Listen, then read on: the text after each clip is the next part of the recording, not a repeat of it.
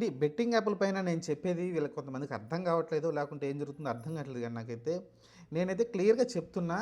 కొంతమంది కామెంట్ చేశారు. పాజిటివ్‌గాను కొంతమంది కామెంట్ చేశారు. కొంతమంది నెగెటివ్‌గా కామెంట్ చేశారు. నెగెటివ్ ఏం కామెంట్ చేయలేదు గానీ, అది ఆపడం కష్టం బ్రదర్ అంటున్నారు. ఎందుకంటే అది చాలా పెద్ద నెట్‌వర్కు.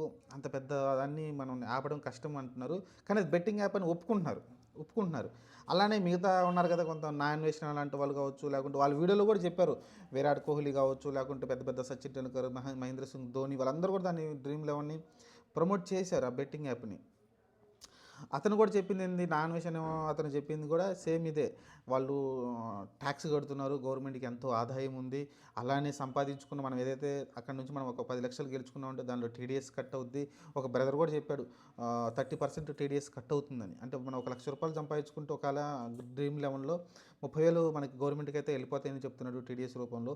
ఇలా అయితే రకరకాలుగా చెప్పుకుంటూ వస్తున్నారు చాలామంది. వెరీ గుడ్ అండి. మంచిదే గవర్నమెంట్‌కి ఆదాయం వస్తుంది. బాగానే ఉంది. కానీ అది కూడా బెట్టింగ్ యాపే కదనేది నా వాదన. అంతే ఏం లేదు ఆడ.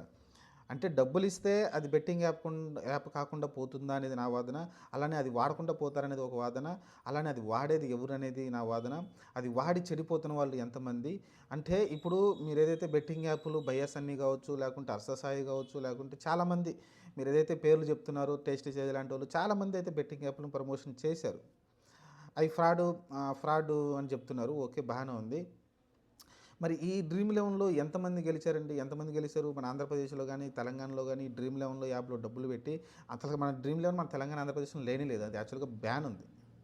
బ్యాన్ ఉంది. అయినప్పటికీ ఏదో థర్డ్ పార్టీ యాప్‌ని ఏదో యూజ్ చేసి అంటే థర్డ్ పార్టీకి సంబంధించి లొకేషన్ యూజ్ చేసి దాన్నైతే వాడుతున్నారు. బట్ దాన్ని కూడా కట్టడి చేయలేకపోతున్నాం. సరే అది పక్కన పెట్టేస్తే దాని క్రేజ్ అయితే అంత ఉంది. ఎందుకంటే పెద్ద పెద్ద మహేంద్ర సింగ్ ధోని ఇలాంటి వాళ్ళు వీళ్ళే ప్రమోట్ చేస్తున్నారు కాబట్టి దీనిలో ఏదో ఆశతోటి డబ్బులైతే పెడుతున్నారు, పోగొట్టుకుంటున్నారు. అది కూడా ఒక వ్యసనంలాగా తయారైంది కదా డ్రీమ్ ల్యాండ్ అనేది. కాలేజ్ స్టూడెంట్స్ దాన్ని వాళ్ళు పాకెట్ ఖర్చులకున్న డబ్బులన్నీ కాగొట్టుకుంటున్నారు. అలానే వాళ్ళ అమ్మా నాన్నని వేధించి మళ్ళీ డబ్బులు అడుగుతున్నారు, తీసుకుంటున్నారు. మళ్ళీ డ్రీమ్ లెవెన్‌లో పెడతా ఉన్నారు. సరే ఈ బెట్టింగ్ యాపులు అంటే ఆహ్, గవర్నమెంట్ ట్యాక్స్ రావట్లేదు అంటున్నారు. నాకు అర్థం కావట్లేదు. గవర్నమెంట్ ట్యాక్స్ కడితే అది బెట్టింగ్ యాప్ కాకుండా పోతుందా? అంటే లీగల్‌గా బెట్టింగ్ చేస్తే తప్పులేదా? యాక్చువల్‌గా క్యాష్‌ను మన దేశంలో ఎంట్రీ లేదు. ఆ గోవా దగ్గరికెళ్ళి సముద్రం లోపలికి వెళ్తే క్యాష్‌ని వాడుతుంటారు. అది పెద్ద జూదం. ఎవడిష్టం వాడిది అయిపోయింది. ఇక్కడ కూడా నేను అదే చెప్తున్నా. అంటే డబ్బు అక్కడ ట్యాక్స్ కడుతున్నారని అది బెట్టింగ్ యాప్ కాకుండా పోయిందంటే నేనైతే ఒప్పుకోనండి అసలకి. అది కూడా ఒక బెట్టింగ్ యాపే. దాన్ని కూడా బ్యాన్ చేయాల్సిందే అంతే. ఇవి బ్యాన్ చేశారంటే సరే వీళ్ళేం చేస్తారు పొద్దున ఏం చేస్తారు వీళ్ళు ఇప్పుడు ఏదైతే బెట్టింగ్ యాప్‌లు ఉన్నాయో వాళ్ళు మోడిఫై చేసుకొని వస్తారు. గవర్నమెంట్‌కి మేము కూడా ట్యాక్స్ కడతామండి. వచ్చి మేము కూడా పబ్లిక్ చేసుకుంటాం. అప్పుడు ఎలౌ చేస్తారా మీరు చెప్పండి? దానికి ఓకే అంటే ఓకే. ఇప్పుడు డ్రీమ్ లెవెన్‌లో గవర్నమెంట్ ట్యాక్స్ కడుతుందంటున్నారు. అలానే ఏదైతే ఆ డ్రీమ్ లెవెన్ ద్వారా ఏదైతే సంపాదించుకుంటున్నారో కొంతమంది, దాంట్లో టీడీఎస్ గాని, ట్యాక్స్ గాని ఏదో కట్ అవుతుందంటున్నారు. 30% 20% ఎంతో కట్ అవుతుందంటున్నారు. బానే ఉంది. అలా అని ఇప్పుడు ఏదైతే మీరు బ్యాన్ అంటున్నారో కొన్ని యాపుల్ని బ్యాన్ చేద్దామని సజ్జనారు గాని, నాన్ వేషన్ లాంటోళ్ళు కొంతమంది గట్టిగా పోరాటం చేస్తున్నారో, ఆ యాపుల వాళ్ళు రేపొద్దున గవర్నమెంట్ నుంచి మేము కూడా గవర్నమెంట్‌కి ట్యాక్స్ పే చేస్తాం. అలానే వాళ్ళొచ్చిన ఆదాయాన్ని ఏదైతే వాళ్ళు సంపాదించుకుంటున్నారో సామాన్యులు, వాళ్ళ దగ్గర నుంచి కొంత కట్ చేసి మళ్ళీ గవర్నమెంట్‌కి ట్యాక్స్ ఎళ్తుందని వాళ్ళు కూడా ఒక ప్రొసీజర్‌తో వస్తే ఎలో చేస్తారా అనేది నా ఉద్దేశ్యం. ఎలో చేస్తారా?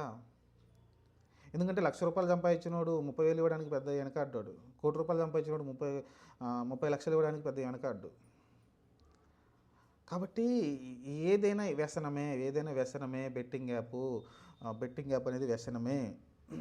కాబట్టి డ్రీమ్ లెవెన్ అది పెద్ద సంస్థ కాబట్టి దాన్ని తీసేయలేం కాబట్టి పోరాడకపోతే నేను అదే చెప్తున్నా. మీరు ఎగ్జాంపుల్ మొన్న ఇదే జరిగింది. తెలంగాణలో మనం చూసాం కదా! ఏది ఆహ్, దాని పేరేందో బాగా సంచలనం మారింది. ఇల్లు కూలగొట్టారు కదా! పేదల ఇల్లు అందరియి. కానీ పెద్దోళ్ళ దగ్గరికి ఒక నాగార్జున దగ్గరికే ఎళ్ళారు తప్ప మిగతా వాళ్ళు ఎవరి దగ్గరికి ఎళ్ళలేదు. దాని పేరేదో ఉంది. ఆహ్, హ్మ్. గుర్తురాట్లేదు టక్కన. ఆహ్, ఒక్కోసారి స్ట్రైక్ అవ్వదు కదా అందరికి. అలానే స్ట్రైక్ అవ్వట్లేదు. అయితే హైడ్రా గుర్తొచ్చింది హైడ్రా. ఫస్ట్ చనిపోయిన పేదోళ్ళందరిని కొట్టేసుకుంటూ వెళ్ళిపోయారు. పెద్దోడిని ఒక్క నాగార్జున టచ్ చేశారు అంతే. ఆహ్, సాల్వ్ అయిపోయిందని సైలెంట్‌గా కూర్చున్నారు అంతే. ఒక్క పెద్దోడిని కొట్టాలి కదా! కొడితే పెద్దోడిని వరుసగా కొట్టుకుంటూ వెళ్ళిపోతూ ఉండాలి. పెద్దోడిని కొడితే ఆటోమేటిక్‌గా చిన్నోళ్ళు కూడా రేపొద్దున ఏమైనా స్థలం కొనే ముందు అన్ని జాగ్రత్త పడతారు. అలానే నేనది డ్రీమ్ లెవెన్ అనేవాడిని కొట్టేస్తే అయిపోయా ఖతం. ఎందుకంటే నాకు తెలిసి ఈ చిన్న చిన్న యాపుల్లో పెట్టే వాళ్ళకన్నా కూడా ఎక్కువ పర్సెంటేజ్ డ్రీమ్ లెవెల్‌లోనే ఉన్నారనేది నా ఉద్దేశం. ఇప్పుడు నాకు తెలిసి వీళ్ళందరూ నాకు ఇంకొక పెద్ద డౌట్ ఏమనిపిస్తుందంటే, ఈ ఇప్పుడు డ్రీమ్ లెవెల్ అయినా కమిషన్ తీసుకొని డ్రీమ్ లెవెల్ దగ్గర ఏదైనా కమిషన్ తీసుకొని వీళ్ళందరూ ఇలా పోరాడుతున్నారేమో డౌట్ కూడా వస్తది కదా కొంతమందికి. ఎందుకంటే ఆ డ్రీమ్ లెవెల్ గురించి ఒక్క మాట కూడా మాట్లాడలేదు కదా! ఏమనంటే వాళ్ళు టాక్స్ పే చేస్తున్నారు. టాక్స్ పే చేస్తే తప్పే అంటే వ్యభిచారం ఉంది. టాక్స్ పే చేసి అఫీషియల్‌గా మన దేశంలో వ్యభిచారం ఎలౌ చేస్తారా మరి? టాక్స్ పే చేశారు కాబట్టి పబ్లిక్‌గా పెట్టేసుకుంటామని బజార్లలో రూములు పెట్టేసి వ్యభిచారం చేయిస్తామంటే ఒప్పుకుంటదా మన దేశంలో? ఒప్పుకోరు కదా! అలానే యువత చెడిపోతుంది అంతే. ఫస్ట్ మెయిన్ టార్గెట్ ఏంటి? అసలు మెయిన్ ఏంటి? మీ గోల్ ఏంటి? నాన్‌వేషన్ లాంటి వాళ్ళు కావచ్చు, సజ్జనార్ సార్ లాంటి వాళ్ళు కావచ్చు, మిగతా వాళ్ళు ఏదైతే పోరాడుతున్నారో ఈ బెట్టే యాప్ నుంచి మెయిన్ గోల్ ఏంటి? యువత చెడిపోతున్నారు. అదే కదా గోలు. యువత ఎక్కడ చెడిపోతుంది? బెట్టింగ్ యాప్‌ల వల్ల. అది గవర్నమెంట్ ట్యాక్స్ కడుతుందా? ట్యాక్స్ కట్టట్లేదా? అది పక్కన పెట్టేది. అది సెకండరీ. బెట్టింగ్ యాప్ అయితే యాపే కదా! దానిలో డబ్బులు వస్తాయని గ్యారంటీ ఏముంది? సరే నువ్వు రూ. 10 పెడుతుంటే కనీసం రూ. 5 రిటర్న్ వస్తున్నాయా? రావు కదా! రూ. 10 పోతున్నాయి కదా! అంటే అది బెట్టింగ్ యాప్ కిందే కదా!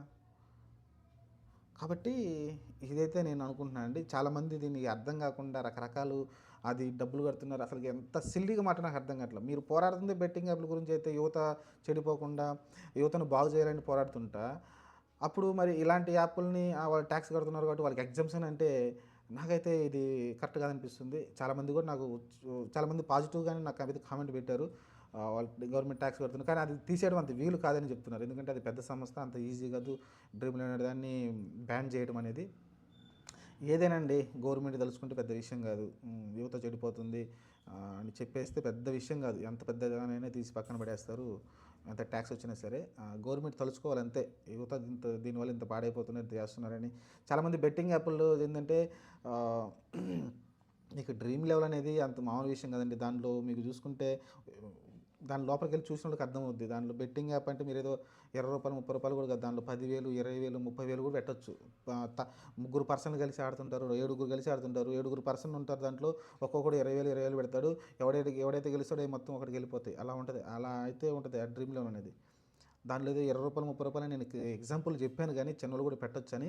దానిలో ఇంత పెద్ద టార్గెట్ కూడా ఉంటాయి దాంట్లో. మీకు 10,000 పెట్టి ఈ టీమ్‌కి ఈ 11 గెలుస్తుంది, ఈ 11 గెలుస్తుంది అని పెట్టుకుంటారు కూడా దాంట్లో కూడా ఉన్నాయి.